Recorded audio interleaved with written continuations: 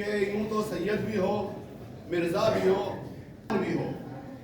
یوں تو سید بھی ہو، مرزا بھی ہو، افغان بھی ہو، تم سبھی کچھ ہو، بتاؤ کیا مسلمان بھی ہو؟ فرقہ پرستی ہے کئی اور کئی ذاتیں ہیں، کیا زمانے میں پنپنے کی یہی باتیں ہیں؟ کس لیے تاریکیاں در پر ہمارے چھائی ہیں؟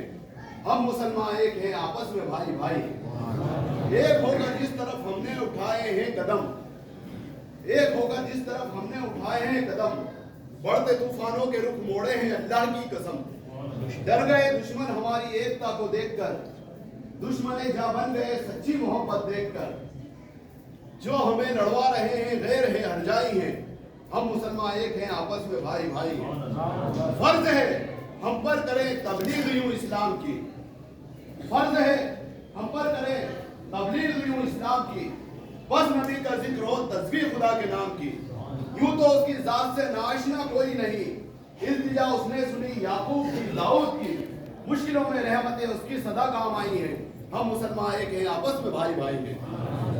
اے مسلمانوں بڑی نازک گھڑی ہے جان لو، دوست اور دشمن کو خدا کے واسطے پہچان لو، جو ہمیں لڑوا رہے ہیں غیر ہیں ہرجائی ہیں، ہم مسلمان ایک ہیں آپس میں بھائی بھائی ہیں۔ اتحاد محبت پیدا کیجئے، اللہ تبارک و تعالیٰ نے ہمارے اوپر بہت بڑا کرم فرمایا، یہ جو پورا معاملہ تھا یہ بغیر اللہ کی مدد کے نہیں نبٹ سکتا تھا، اللہ تبارک و تعالیٰ نے مدد فرمائی، اور اس میں اور بھی کچھ ہونے والا ہے انشاءاللہ الرحمن، آپ اس کے لیے بھی دعا کریں کہ ظالم بالکل ذلیل اور رسوا ہو جائیں، اور اتنا اللہ تبارک و تعالیٰ اگر یہ ذلیل اور رسوا نہیں ہوتے ہیں تو اللہ تبارک و تعالیٰ ان کو تباہ و برباد کر دے، سب لوگ آمین بولے بھائی۔ اور آج آپ ہر جمعے کی طرح جسے نماز پڑھتے ہیں تو آج اپنی نماز میں آپ 2 رکعت نماز کو شکرانے کی ضرور شامل کریں، اللہ تعالیٰ الحمدللہ رب العالمین، جن لوگوں نے سنت ادا کی